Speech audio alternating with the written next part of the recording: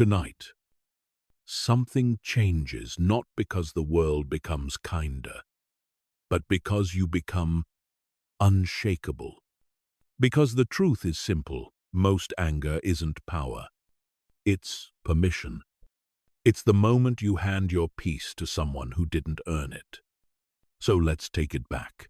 As you listen, you don't need to fight anyone. You don't need to replay conversations. You don't need to prove your point, win the argument, or carry the weight of what they said. All you're going to do tonight is return to your center. And once you return there, something incredible happens. People can still talk. Situations can still be messy. Life can still be loud. But inside you, it stays quiet. Because inner peace isn't something you beg for. It's something you build the same way you build strength. One decision at a time. One breath at a time. One calm response at a time. In this audiobook, you're going to learn the deep mental shift that makes you emotionally free. Not numb, not cold, not disconnected. Just untouchable. You'll learn how to stop taking things personally, how to break the trigger response loop, how to detach without losing your heart, and how to live with a steady nervous system, even when someone is trying to pull you into chaos. So, right now, do one simple thing. Relax your jaw. Drop your shoulders. Let your breathing slow down. And say this quietly in your mind: I choose peace over reaction. I choose calm over control. I choose myself. If you're ready to become the kind of person who can't be provoked, the kind of person who stays centered no matter what, then keep listening.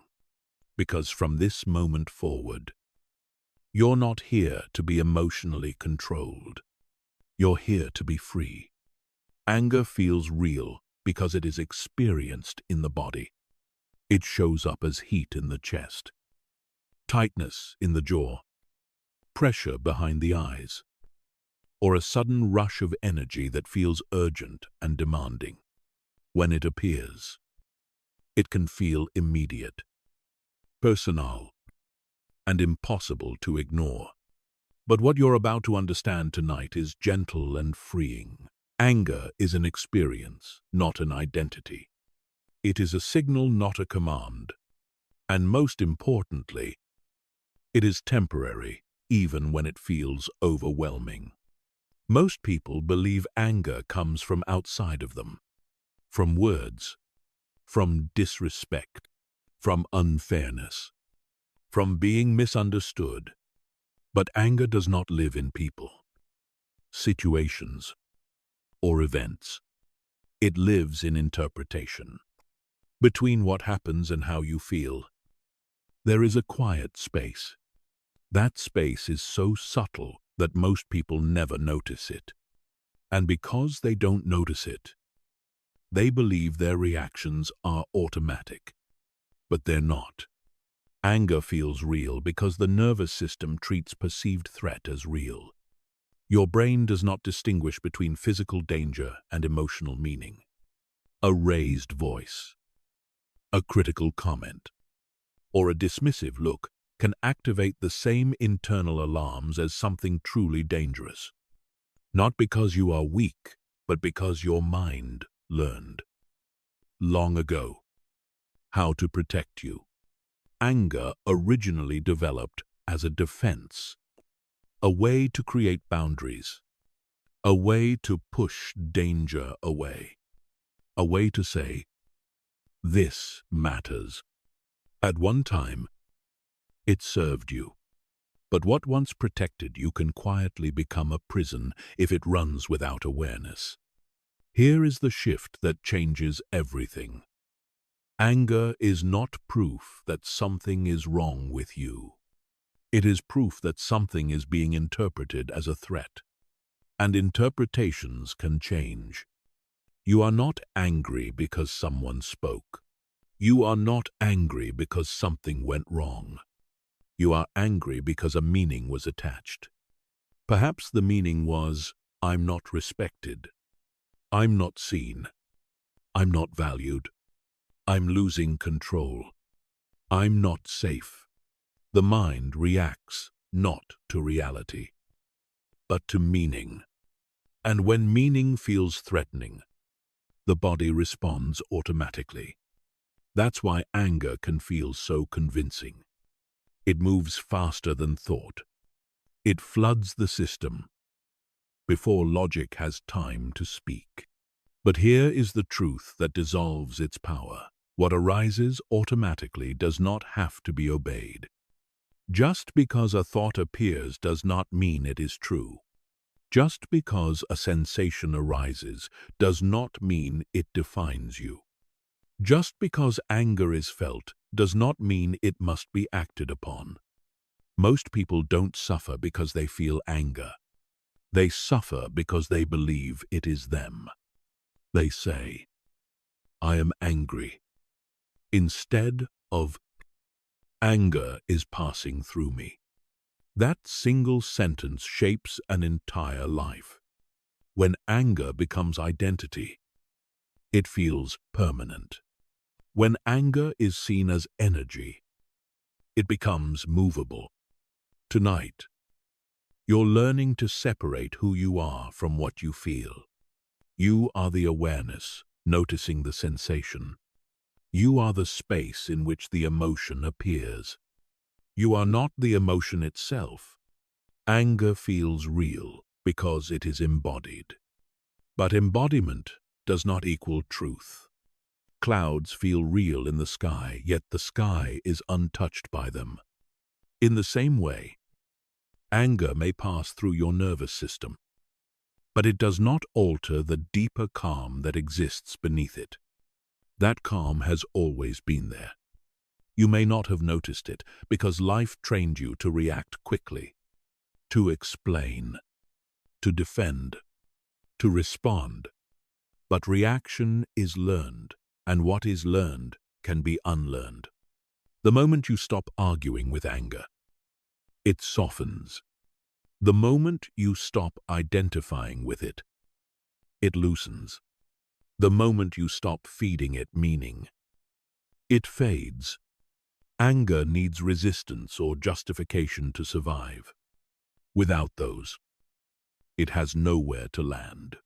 This does not mean you suppress emotion. Suppression tightens the system and keeps energy stuck. Instead, you allow anger to be felt without becoming it. You let it rise. You notice it. You don't follow it. And in that space, something remarkable happens. The emotion completes itself. Emotions are designed to move. They become heavy only when we hold onto them with stories. When you stop asking, why am I angry, and start noticing, anger is present. The body begins to relax on its own. Because now there is safety. The nervous system calms when it feels observed without judgment. This is why awareness is healing. Anger loses power not through force, but through understanding. You are not here to eliminate anger. You are here to stop being ruled by it. And that happens naturally when you recognize it as an experience, not a self. As you listen tonight, you don't need to fix anything. You don't need to recall past situations. You don't need to analyze people who triggered you. All of that effort belongs to the old way. The new way is quieter. You simply allow your system to learn something new, that feelings can arise without taking control, that sensations can exist without action. That peace is not the absence of emotion, it is the absence of identification. Right now, notice your breath, not changing it, just noticing. Notice the space around your thoughts, the silence between them. That space is you.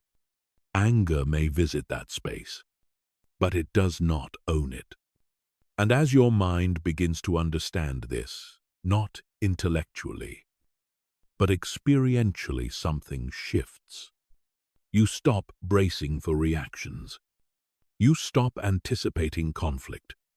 You stop scanning for offense. Your body learns that it no longer needs to stay on alert. And when the body feels safe, anger dissolves on its own. This is the foundation of inner peace. Not control, not resistance, but clarity. In the next chapter, you'll begin to notice what happens when you stop needing reactions at all, when the urge to respond slowly loses its grip, and silence becomes natural rather than forced. For now, simply rest in this knowing: you are not your anger. You never were, and you never will be.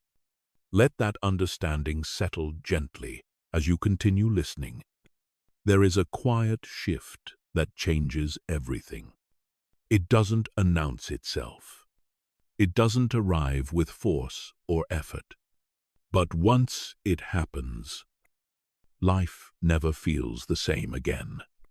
That shift is the moment you stop needing reactions. Most people believe anger comes from what others do.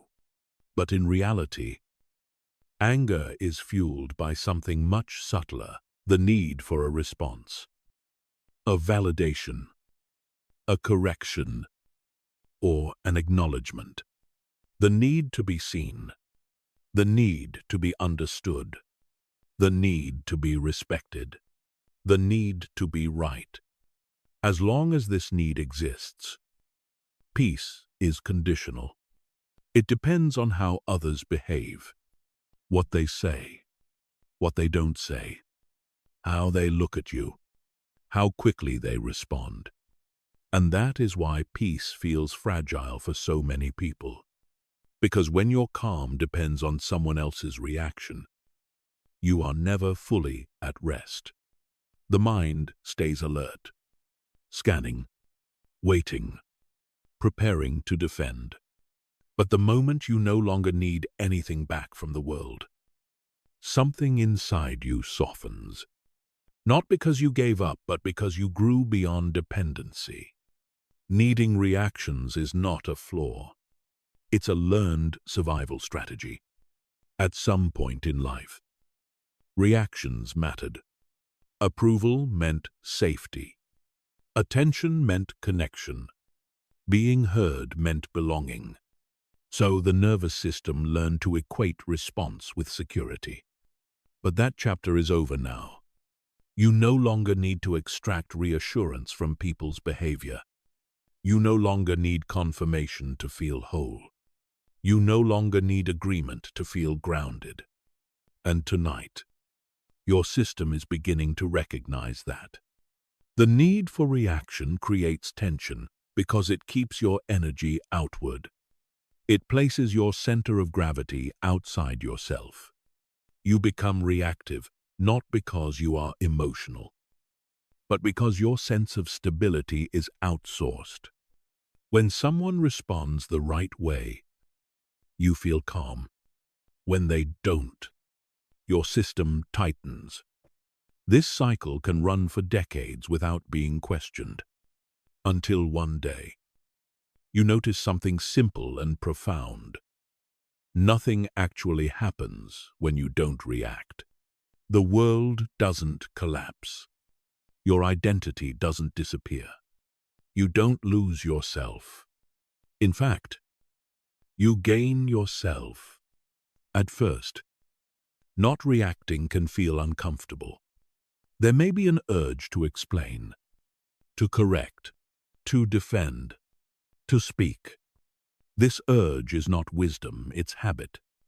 A habit formed from years of believing that expression equals safety. But silence does not mean suppression, and stillness does not mean weakness.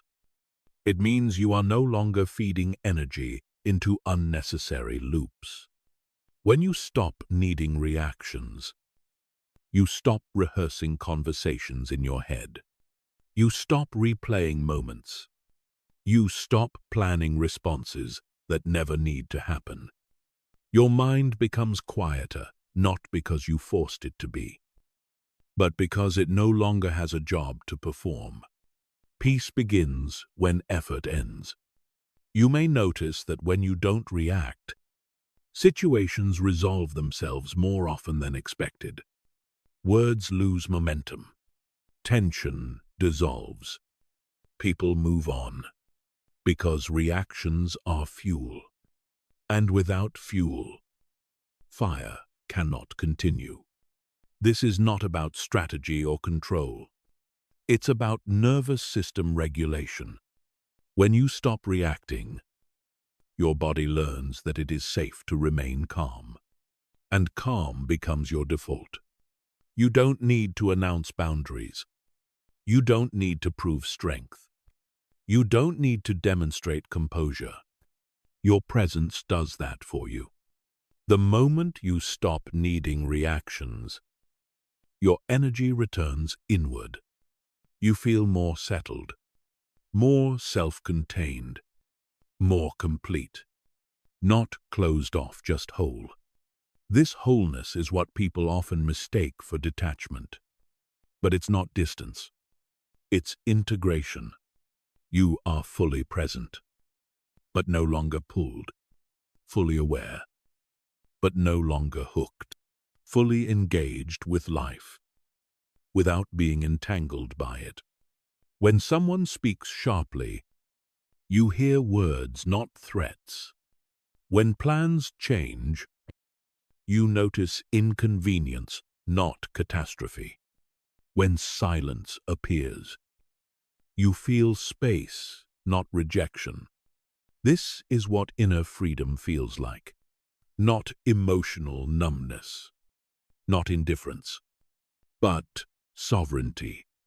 You don't have to withdraw from the world to experience this. You don't have to isolate or harden. You simply stop demanding that life behave a certain way for you to feel okay. And when that demand disappears, so does most suffering. Right now, as you listen, your mind is learning a new association. Calm does not require response. Safety does not require explanation. Worth does not require validation. Let those truths sink in quietly. Notice how your body responds when it realizes it doesn't have to do anything. No fixing, no reacting, no preparing, just being. This is not passivity. It is clarity. From this place, action becomes cleaner. Speech becomes intentional. Decisions become simple. You respond when it matters and remain still when it doesn't. And that discernment changes everything. As this chapter settles, your nervous system begins to recognize a new pattern. That peace is not something you chase. It is something that remains when unnecessary movement stops. In the next chapter, you'll begin to understand why certain people and situations ever triggered you at all, and how those triggers lose their power the moment they are clearly seen. For now, rest here. Nothing needs your reaction. Nothing needs your defense. Nothing needs your energy right now. And in that absence of demand, peace naturally returns. An emotional trigger is not a flaw. It is a memory echoing through the nervous system. Most people believe triggers are caused by what others say or do. But a trigger is never created in the present moment. It is activated there, but it was formed long before. A trigger is simply the body remembering something the mind has forgotten. At some point in your life, an experience taught your system a lesson. not a conscious lesson, a felt one. Perhaps it was a moment of rejection, a time you were misunderstood, a situation where your voice didn't matter, or a moment when safety depended on staying alert. The nervous system recorded that moment, not in words, but in sensation. And from then on, anything that resembles that experience can wake it up. That is what a trigger is. Not danger, not truth, but familiarity. When someone speaks in a certain tone, when a situation feels dismissive, when silence feels like withdrawal, the body doesn't check dates. It doesn't ask, is this now or then? It simply reacts. That reaction happens faster than thought, which is why triggers feel uncontrollable. But here is the quiet truth that changes everything. A trigger only has power when it remains unseen. The moment it is clearly recognized, it begins to dissolve. Triggers survive on identification, on the belief that what you feel now is what is happening now. But when awareness steps in, the illusion breaks. You begin to notice something subtle. This feels familiar. This feels old. This feels learned. And suddenly, the emotional charge weakens, because the body realizes this is not happening again. This is being remembered. You are not reliving the past. Your nervous system is recalling it. And once recall is conscious, it no longer needs to shout. Triggers are not enemies. They are signals asking for understanding. They arise to show you where conditioning still lives. Not to punish you, but to free you. Most people try to fight triggers. They suppress them, judge them, resist them, and resistance locks them in place. But observation loosens them. When a trigger appears and you simply notice it without acting, without narrating, without blaming, the nervous system begins to regulate itself. Because now, there is safety. Awareness communicates safety more clearly than logic ever could. You don't need to analyze your childhood. You don't need to replay memories. You don't need to assign blame. You only need to notice what is happening now. A sensation arises. A thought appears. A feeling moves through, and you remain present. Triggers fade not because they are defeated, but because they are no longer needed. The body only holds patterns that feel necessary for survival. When awareness shows that the danger is no longer real, the pattern relaxes. That's why the same trigger can disappear suddenly, without effort. One day, something happens that would have upset you before, and nothing happens. No reaction, no tightening, no internal storm, and you realize it's gone. Not because you fixed it, but because you outgrew it. Triggers are temporary when they are seen clearly. They feel permanent only when they remain unconscious. This is why people who live reactively feel like the world is always attacking them. Their system is responding to echoes, not events. But when you begin to notice the difference between what is happening and what is being remembered, you step out of the loop. You stop taking reactions personally because you see they are impersonal. They are patterns, and patterns dissolve in awareness. You may begin to notice that the intensity of reactions decreases first. Then the duration shortens. Then the frequency fades. This is the natural order of nervous system healing. No forcing, no fixing, just seeing. Triggers fade when you stop asking. Why is this happening to me? And start noticing. This is happening in me. That shift moves power back to where it belongs. Inside. Right now. As you listen, your mind is learning a new way to relate to discomfort. Instead of contracting around it, you allow it to be present. Instead of reacting to it, you stay curious. Curiosity softens what control hardens. You are not trying to get rid of anything. And because of that, things begin to leave on their own.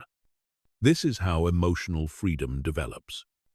Not through effort, but through clarity. Triggers fade because they no longer have a job. And the more your system experiences calm in the presence of discomfort, the more it trusts that it is safe. When safety is restored, reactivity has no reason to exist. In the next chapter, you'll begin to explore what it truly means to detach, not by pulling away from life, but by standing fully within yourself, untouched by the emotional pull of others. For now, rest in this understanding. Nothing is wrong with you. Nothing needs to be fixed. What once protected you is simply being released. And as it releases, your inner world becomes quieter, steadier, and more at peace. Detachment is one of the most misunderstood words in personal growth. Many people hear it and imagine distance, emotional withdrawal, indifference, a kind of inner shutdown. But true detachment is none of those things. Detachment is not closing your heart. It is closing the unnecessary grip around it. It is the ability to stay open without being pulled apart, to care without being consumed, to feel deeply without losing yourself inside the feeling. Most people don't suffer because they care too much. They suffer because they attach their inner stability to things they cannot control, to outcomes, to people's moods, to expectations, to how situations should unfold. Attachment says, I can be at peace if this goes my way. Detachment says, I am at peace first, and then I meet life from there. This distinction changes everything. When you are attached, your nervous system stays alert. It waits. It anticipates. It tightens around uncertainty. When you are detached, your system rests. Not because you stopped caring, but because you stopped negotiating your peace. Detachment begins when you realize something gentle and powerful. You can participate fully in life without giving life permission to destabilize you. You can love people without needing them to behave a certain way. You can do your best without needing a specific outcome to validate you. You can show up without gripping what comes next. This is emotional maturity. Detachment is not emotional distance. It is emotional grounding. You are still present, still listening, still feeling. But you are no longer leaning forward, waiting to be satisfied, affirmed, or protected. Your center moves back inside you. And when that happens, reactions soften. You stop chasing closure. You stop needing explanations. You stop replaying moments to find peace in hindsight. Peace becomes immediate because it is internal. This is why detachment feels calm rather than cold. Coldness is numbness. Detachment is clarity. Coldness pushes away experience. Detachment allows experience to pass through. When something unpleasant happens, you feel it, but you don't cling to it. When something pleasant happens, you enjoy it, but you don't fear losing it. This balance is what creates steadiness. Detachment teaches the nervous system that it does not need to brace itself against life. That safety does not depend on control. And slowly, the body relaxes its guard. You may notice that when you detach, people's words feel lighter. Opinions pass without sticking. Judgments slide by without landing. Not because you are superior, but because you are no longer available for emotional tug-of-war. You are no longer negotiating your worth in conversation. You are simply present. Detachment also changes how you listen. You hear what is said without immediately filtering it through fear or defense. You notice tone without absorbing it. You observe behavior without personalizing it. And this creates space. In that space, wisdom arises. You begin to respond instead of react. And response comes from clarity, not urgency. Detachment does not silence you. It makes your words cleaner. It does not weaken your boundaries. It strengthens them. Because boundaries no longer come from tension. They come from self-respect. You don't need to push people away when you are no longer pulled. You don't need to harden when you are grounded. This is why detachment feels peaceful. It removes friction between you and the moment. Right now, as you listen, your system is learning that it can remain open and stable at the same time. That connection does not require self-abandonment. That caring does not require suffering. You can be fully human without being emotionally hijacked. And that realization is deeply calming. Detachment is not something you force. It arises naturally when you stop expecting life to complete you. When you stop needing others to regulate your emotions. When you realize that your inner world is already whole. From this place, life becomes lighter. You engage more honestly. You love more freely. You choose more clearly. Because nothing is being held too tightly. In the next chapter, you'll begin to explore silence, not as a tactic or a weapon, but as a natural expression of inner stability, where calm speaks louder than reaction ever could. For now, rest here. You are not pulling away from life.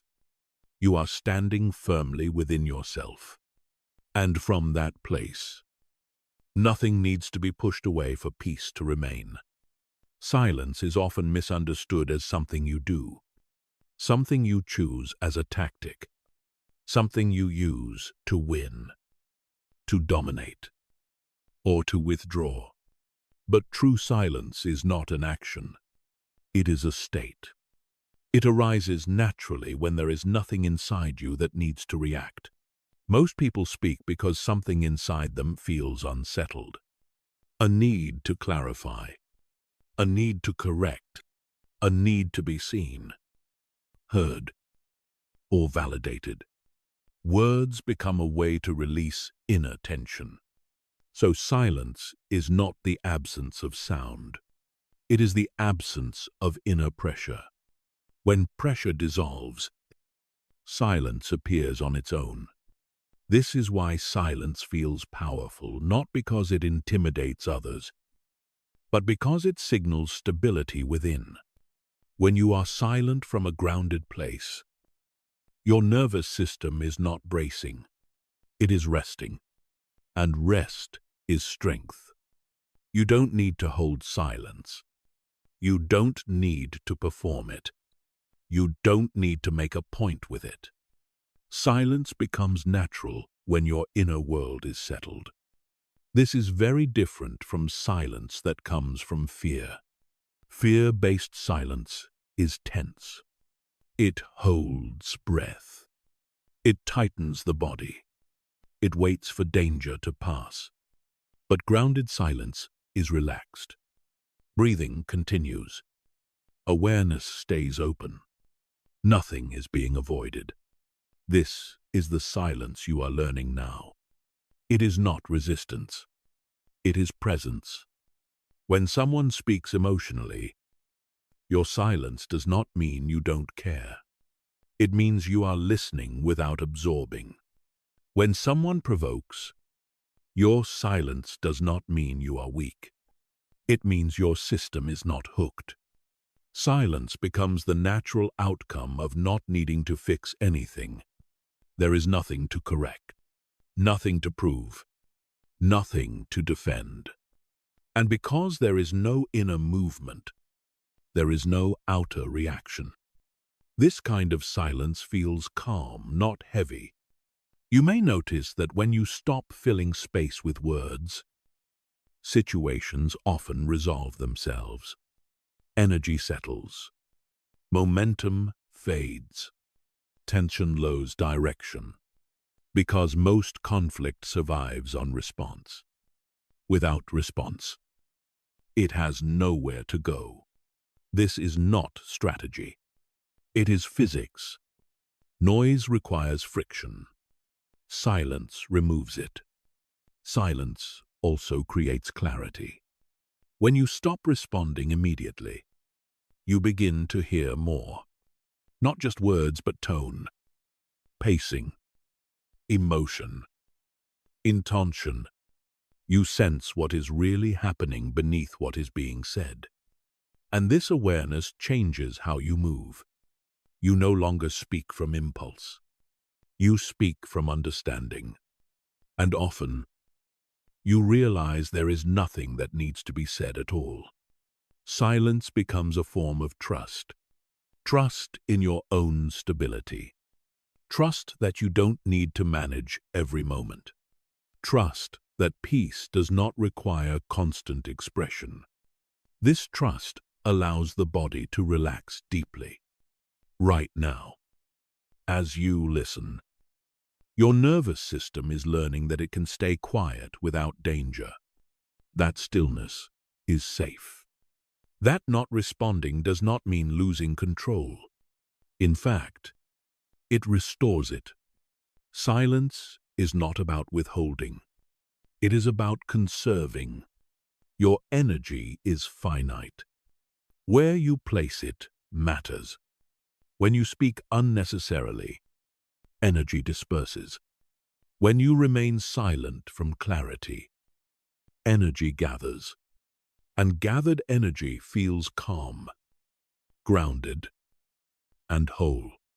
This is why silence often feels like confidence. Not the loud kind, the settled kind. People sense it not because you announce it, but because it radiates. Silence also teaches patience. It slows the nervous system. It lengthens the space between stimulus and response. In that space, choice returns. You realize you don't have to decide immediately. You don't have to react quickly. You don't have to match energy. You can simply wait. And waiting is not passive. It is intelligent. When you wait, you allow clarity to emerge. Words that come later carry less charge. Actions become cleaner. Decisions feel obvious. Silence removes urgency, and urgency is what creates mistakes. You are not here to win conversations. You are here to live peacefully. Silence supports that goal. It allows life to unfold without interference. It allows emotions to pass without escalation. It allows people to reveal themselves without you needing to extract information.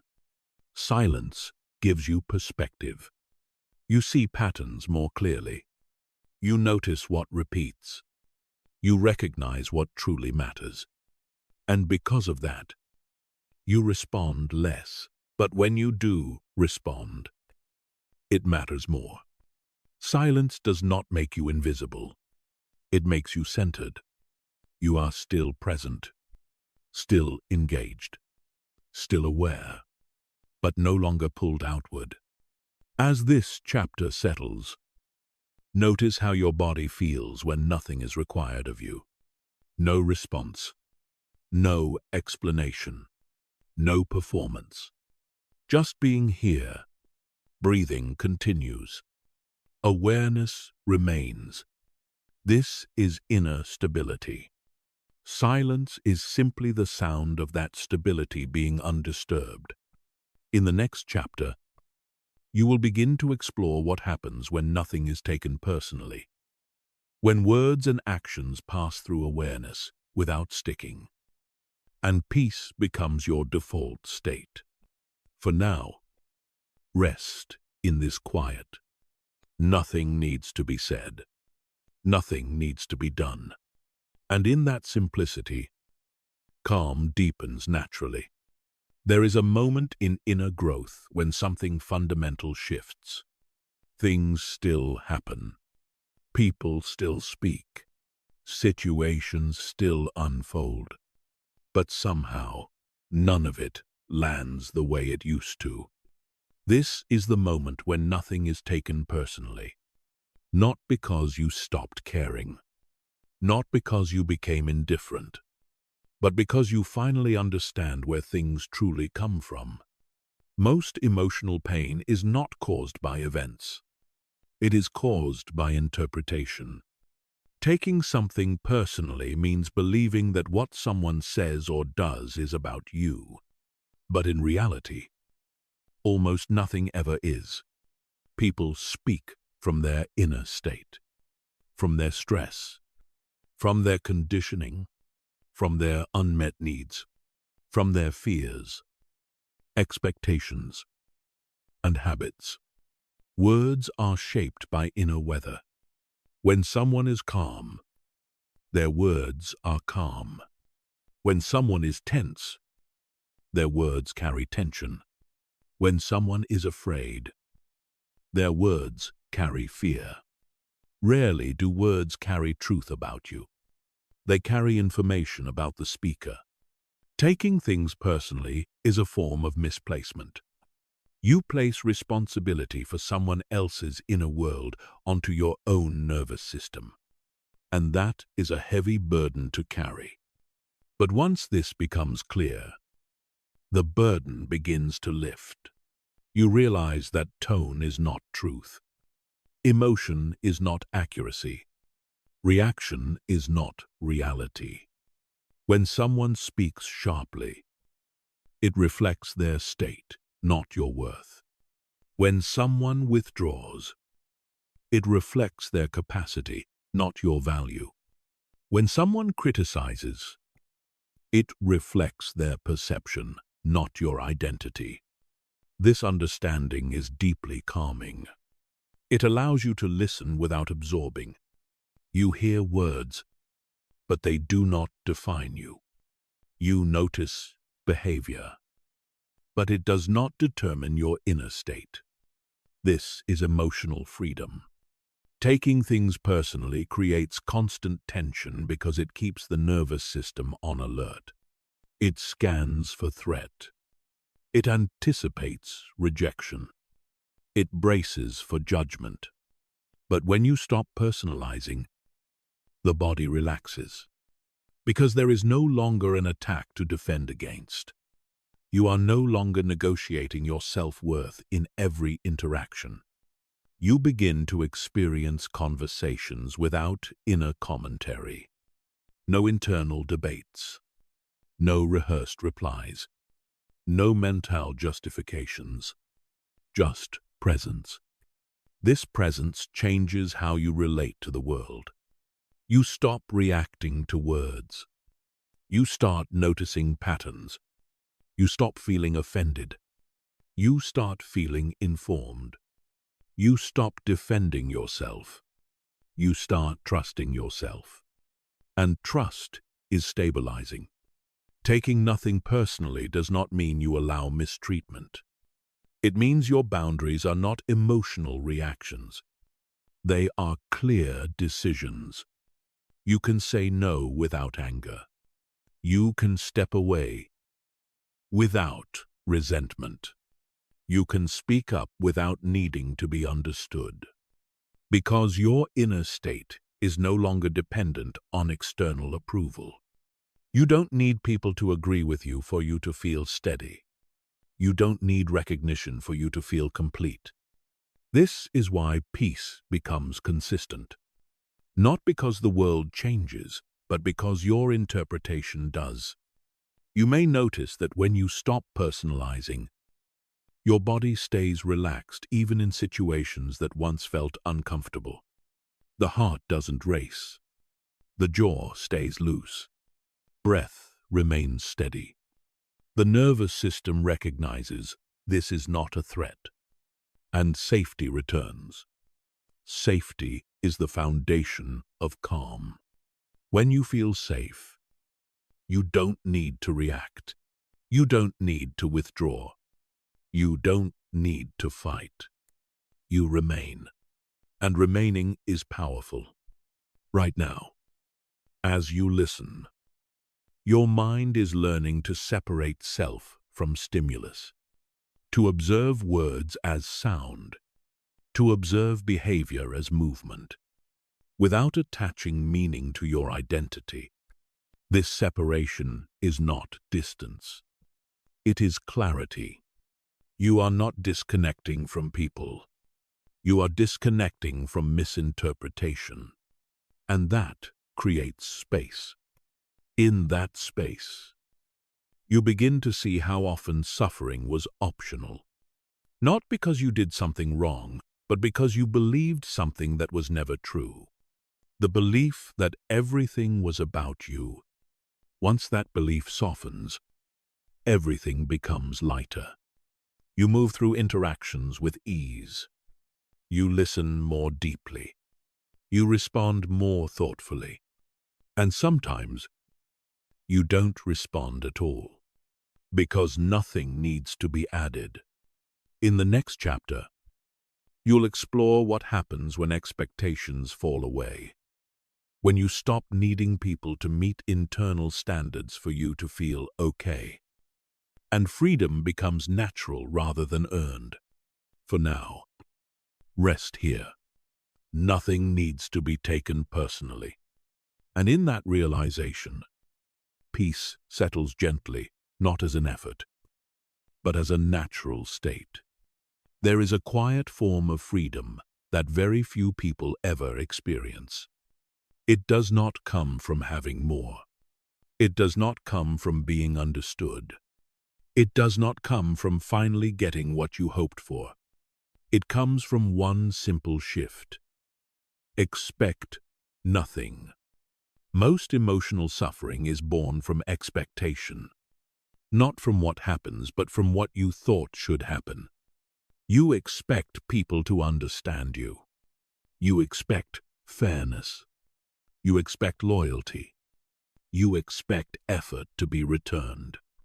You expect words to be chosen carefully. You expect timing to align. And when those expectations are not met, the mind reacts. Disappointment appears. Resentment follows. Anger builds quietly underneath. Not because life was cruel, but because reality did not follow the script. Expectations are silent contracts we create in our minds. Contracts no one else has agreed to. Contracts that turn ordinary moments into emotional conflicts. The moment you expect, you give away control of your inner state. You place your peace in someone else's hands and hope they know how to carry it. Most people don't. This is not because they are bad, but because they are human. When you expect nothing, you remove the weight. You no longer wait for others to behave correctly for you to feel okay. You meet life as it is, not as you wish it to be. And this does not make you cold. It makes you free. Expect nothing does not mean you stop caring. It means you stop demanding. You still love. You still contribute. You still show up. but you no longer attach your emotional balance to how it is received. This shift is deeply regulating for the nervous system. When expectations drop, tension drops with them. The body stops bracing for disappointment. The mind stops rehearsing outcomes. You begin to experience moments as they arrive cleanly, without comparison, without judgment, without inner commentary. And this is where something surprising happens. When you expect nothing, you begin to feel everything more fully. Joy becomes purer. Gratitude becomes natural. Small moments feel richer, because nothing is being measured against an internal standard. When you expect nothing, kindness feels like a gift, not an obligation. Support feels like grace, not something owed. Presence feels meaningful, not insufficient. Life begins to surprise you in gentle ways. Expectations block appreciation. They tell the mind, this is not enough yet. And when nothing is ever enough, peace cannot settle. But when expectations fall away, enough becomes obvious. You realize that many of the things you were waiting for were never necessary to begin with. You didn't need the apology to move on. You didn't need the recognition to feel grounded. You didn't need the explanation to find closure. Closure comes from release, not from answers. Expect nothing, and you stop negotiating with reality. You stop hoping people will change so you can feel better. You stop replaying moments, wishing words had been different. You accept what is, and acceptance is soothing. This acceptance does not make you passive. It makes you resilient. You still choose wisely. You still set boundaries. You still walk away when needed. But you do so without emotional charge, without resentment, without bitterness, because you were not expecting anything else, and so nothing was taken from you. This is why people who expect nothing are difficult to disturb. They do not feel betrayed easily. They do not feel offended often, not because they lack standards, but because their standards are internal.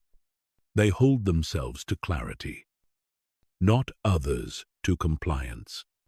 Right now, as you listen, your system is learning that expectation is optional. That peace does not require predictability. That calm does not depend on consistency from others. Only consistency within yourself. You may notice that when expectations drop, your breathing deepens. Your shoulders soften. Your mind becomes quieter. Because there is no longer a future scenario being monitored.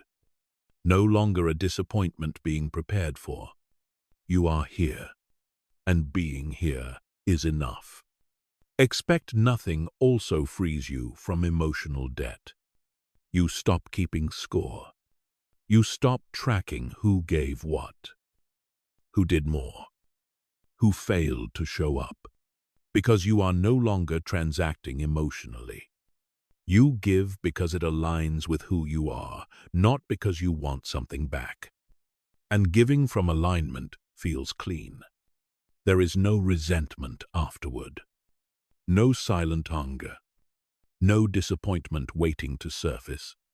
You are complete in the act itself. This is one of the most peaceful states a human can experience. Not detached from life, but unattached to outcomes. You feel fully, but you are not bound. You care deeply, but you are not dependent. Expect nothing also softens the ego. The ego thrives on expectation. It says, they should know better. They should treat me differently. They should see my value. But the ego's expectations are endless, and chasing their fulfillment is exhausting. When expectations fall away, the ego relaxes. And when the ego relaxes, the nervous system rests. You stop proving. You stop comparing. You stop defending. You simply live, and life becomes lighter. As this chapter settles, notice how little is required for peace. No change in circumstance. No apology. No validation. Just release.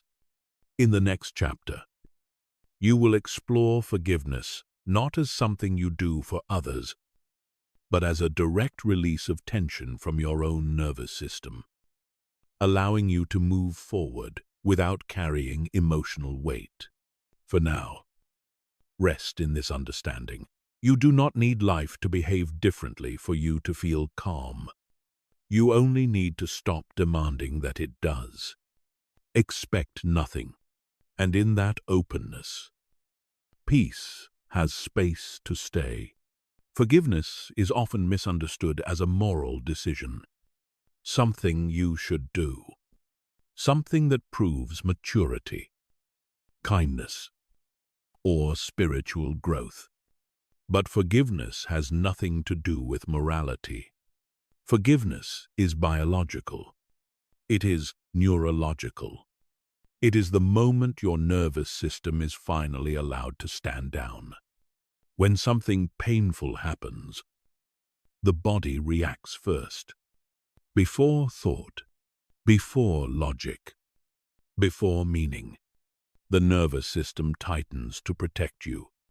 Muscles brace. Breathing changes.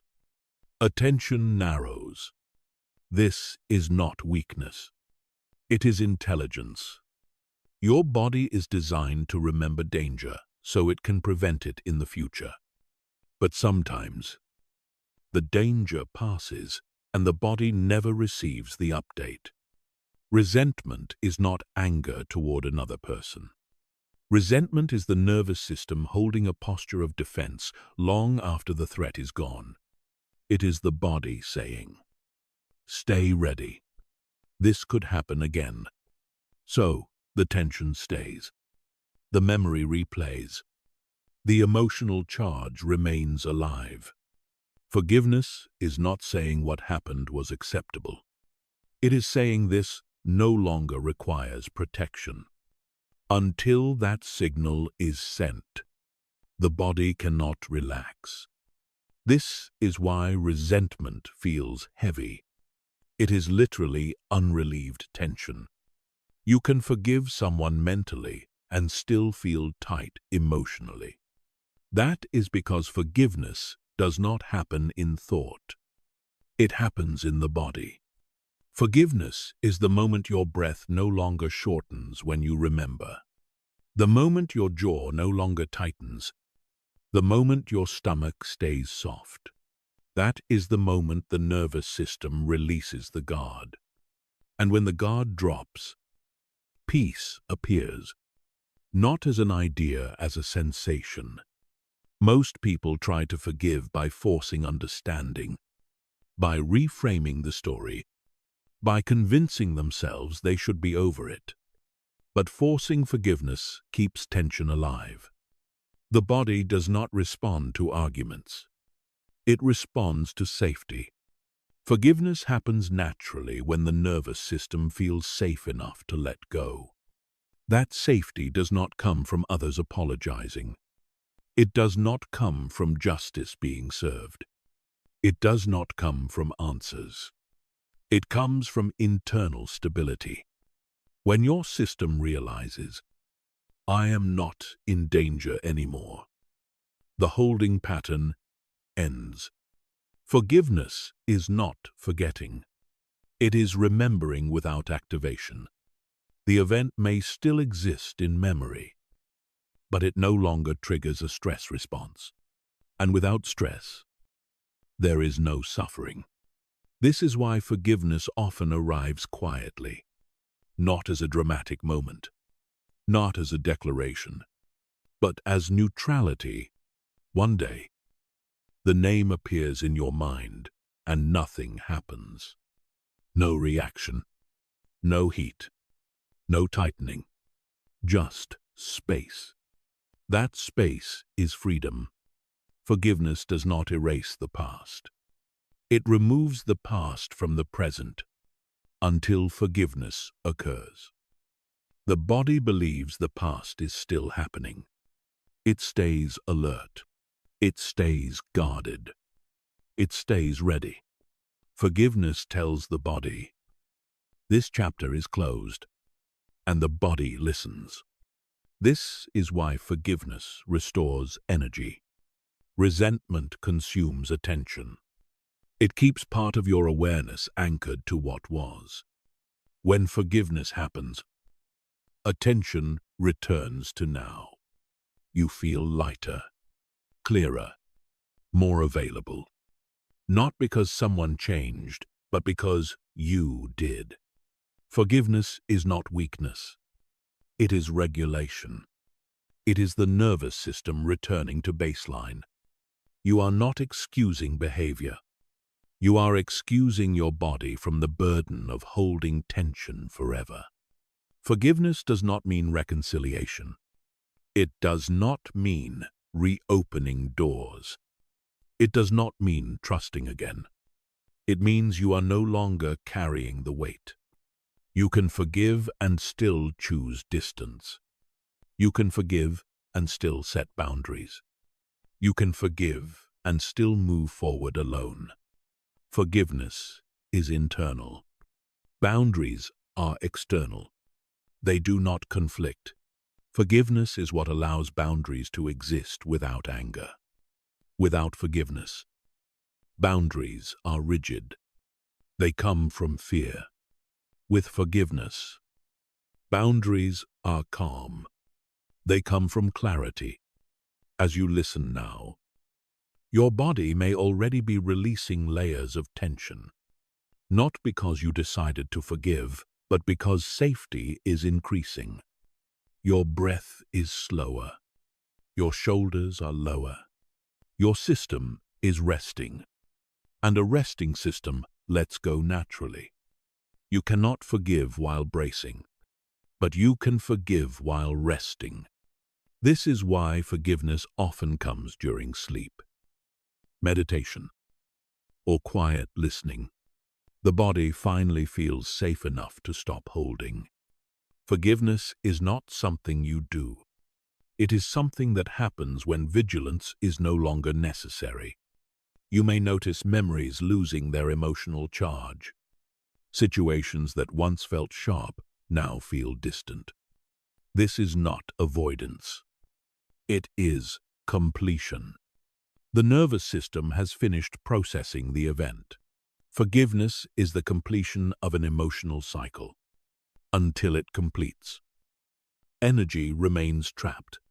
Once it completes, energy flows forward again. You stop being pulled backward by what no longer exists. This is why forgiveness feels like moving on without effort. Nothing is pushed away. Nothing is suppressed. It simply no longer has a grip. Forgiveness also extends inward. Many people carry resentment toward themselves, for choices made, for words spoken, for moments they wish they could change. The nervous system does not distinguish between resentment toward others and resentment toward self. Both keep the body in tension. Self-forgiveness is the same process. It is the moment your body realizes, I survived. I learned. I am here. The past no longer needs guarding. Growth cannot happen while self-punishment remains active. Forgiveness toward yourself releases energy needed for expansion. You cannot move forward while dragging the past behind you. Forgiveness cuts the rope, not violently, gently, and suddenly, movement is easy again. As this chapter settles, Notice the subtle shifts in your body, the softness, the spaciousness, the absence of urgency. This is what forgiveness feels like. Not relief followed by tension, but relief that stays.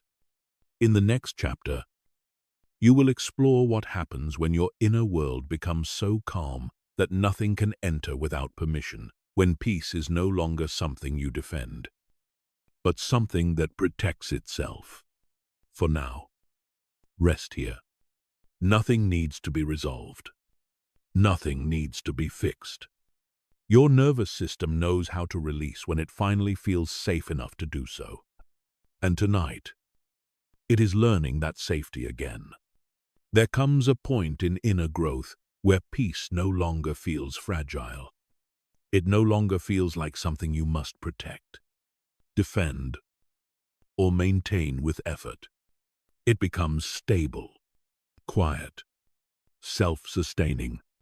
This is the calm mind, not because nothing ever happens, but because nothing enters without permission. Most people live with an open inner door. Every word walks in. Every opinion sits down. Every mood passes through and rearranges the furniture. Their peace depends on what shows up. But a calm mind is different. It is not closed. It is selective. It allows experience, but it does not surrender authority. This calm does not come from control. It comes from clarity. You begin to realize something simple and profound. Not every emotion deserves belief. Not every external event deserves access to your inner world. This realization alone changes how the nervous system operates. Instead of reacting to everything, it begins to filter. Instead of absorbing, it observes. And observation is protective. A calm mind does not resist intrusion. Resistance creates friction. It simply does not engage.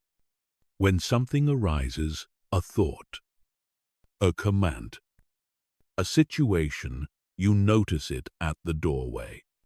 And without effort, you decide whether it belongs. This decision does not come from judgment. It comes from alignment. Does this serve my peace? Does this deserve my energy? Does this need my attention right now? Most things quietly receive a no, and in that no, nothing is lost. Peace remains intact because it was never handed away. The calm mind understands that attention is currency. Where attention goes, energy flows. When attention is guarded, energy stays concentrated, and concentrated energy feels like calm. This is why peace deepens when you stop consuming noise, when you reduce unnecessary input, when you stop scanning for threats, when you stop monitoring reactions. The mind learns that it does not need to stay alert. Safety becomes internal. A calm mind also changes how emotions move. Emotions still arise, but they pass through like weather. They do not linger. They do not accumulate. Because there is no attachment. You feel sadness without becoming it. You feel irritation without feeding it. You feel joy without clinging to it. Everything moves. Nothing sticks. This fluidity is the hallmark of emotional health. A calm mind does not suppress emotion. It allows it to complete. Completion is what keeps the system light. When emotions complete, they leave no residue. And when there is no residue, there is no reactivity. You may notice that with a calm mind, your reactions become slower. Not because you are delayed, but because urgency is gone. You no longer rush to respond. You no longer feel compelled to explain. Silence becomes comfortable. Pauses feel natural. You trust that clarity will arrive without force. And it always does. The calm mind also transforms relationships. You stop engaging in emotional bargaining. You stop reacting to subtle provocations. You listen without absorbing. You speak without defending. People may still express themselves, but they no longer move you internally. Not because you are distant, but because you are centered. This centering is deeply grounding. Your sense of self becomes anchored. It is no longer built from feedback. It is built from presence. And presence is unshakable. The calm mind also recognizes that peace does not come from perfect conditions. It comes from inner permission. You give yourself permission to be calm even when things are unfinished, even when answers are missing, even when outcomes are uncertain. This permission is powerful. It releases the nervous system from waiting for resolution, waiting for understanding, waiting for validation. When you stop waiting, peace arrives, not as a reward, as a state. As you listen now, your mind may already feel quieter, not because it is empty, but because it is no longer crowded. Thoughts appear, but they do not stay. Sounds come and go, but they do not disturb. This is what a calm mind feels like. Spacious, alert, at ease. Nothing needs to be pushed away. Nothing needs to be controlled. The calm mind is not passive. It is discerning. It knows when to engage and when to remain still. And this discernment protects peace automatically. You do not have to guard it. It guards itself. In the next chapter, you will discover how this calm becomes your natural way of living, not something you practice occasionally, but something that defines how you move through the world, unbothered and at ease. For now, rest here. Nothing is entering without permission, and because of that, peace remains. There is a point where peace stops being something you practice and becomes something you live. Not because you perfected yourself, not because life finally became gentle, but because your nervous system learned a new baseline. This is what it means to live unbothered. Living unbothered is not indifference. It is not withdrawal. It is not pretending nothing affects you. It is the quiet confidence of a system that no longer overreacts. You still feel, you still care, you still notice, but nothing hijacks you anymore. The difference is subtle and profound. Before, your inner world moved in response to the outer world. Now, the outer world moves around your inner stillness. This shift happens naturally when enough clarity has accumulated. You no longer need to remind yourself to stay calm.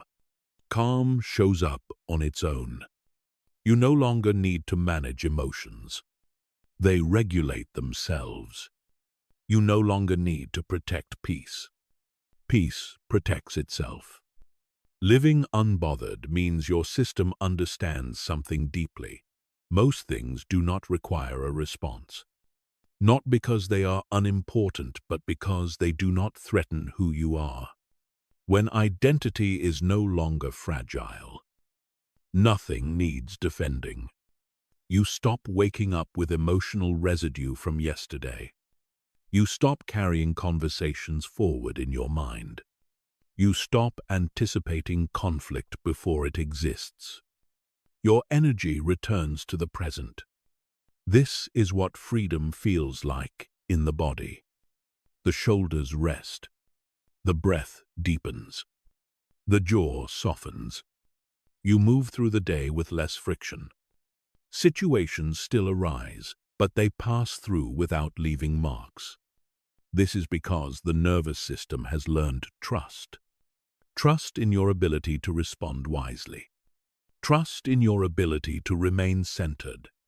Trust that you do not need urgency to stay safe. Living unbothered does not mean nothing ever touches you. It means nothing stays longer than it should. Emotions come and go. Thoughts appear and fade.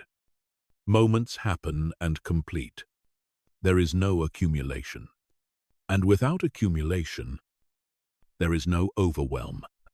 You begin to notice how much energy was once spent on inner noise, on replaying, on preparing, on defending imaginary threats. Now that energy is available, it returns as creativity, as presence, as quiet joy. Living unbothered also changes how you relate to others. You stop reacting to tone. You stop absorbing moods. You stop matching energy. You remain yourself. People can be loud and you stay calm. People can be uncertain and you stay grounded. People can be emotional and you stay clear. This steadiness is not rigid. It is flexible, like water that flows without losing shape. You are no longer pulled into emotional gravity wells. You do not argue with reality. You meet it. And meeting reality without resistance is one of the most peaceful experiences a human can have. Living unbothered also means you stop trying to control perception. You let people think what they think. You let misunderstandings exist. You let silence be silence. Because your sense of self no longer depends on clarity from others, you understand that clarity is internal. This is why living unbothered feels spacious.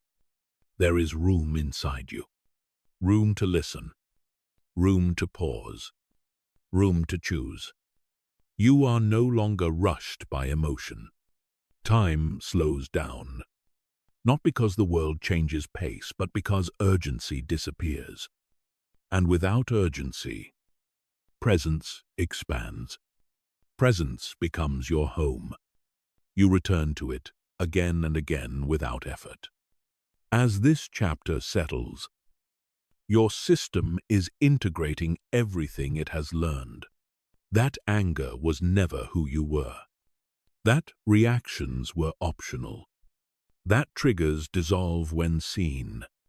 That detachment does not require coldness. That silence arises from stability. That nothing needs to be taken personally. That expectations create suffering. That forgiveness releases the body. That calm protects itself. All of this knowledge is no longer conceptual. It is becoming embodied. Embodiment is when understanding lives in the nervous system, not just the mind. And once it lives there, it does not leave. You may still have moments of reaction. That is human. But they will be shorter, softer, less convincing. They will pass without pulling you under. Living unbothered does not mean perfection. It means resilience. You bend, but you do not break. You feel, but you do not drown. You engage, but you do not lose yourself. This is inner peace as a living state, not something you chase, not something you earn, something you allow. And allowance is gentle. Right now, as you continue listening, your body is learning what this feels like. The absence of tension, the absence of urgency, the absence of inner conflict, just presence, just awareness, just being. And from this place, life becomes simpler. Not easier, simpler. You respond when needed. You rest when possible. You move forward without carrying weight. This is the natural state beneath conditioning. The state that was always there before the world taught you to react. And tonight, you are remembering it. Living unbothered is not something you will do tomorrow. It is something that begins now, quietly, naturally, without effort. You don't need to hold on to this state. It will hold on to you. And as you drift deeper into rest, let this understanding settle completely. Nothing needs to be resisted. Nothing needs to be fixed. Nothing needs to be proven. You are already safe inside yourself. And from that safety, peace becomes permanent. As this journey comes to a close, there is nothing you need to remember and nothing you need to do. Everything that mattered has already reached the part of you that knows how to listen without effort. You don't need to hold these words.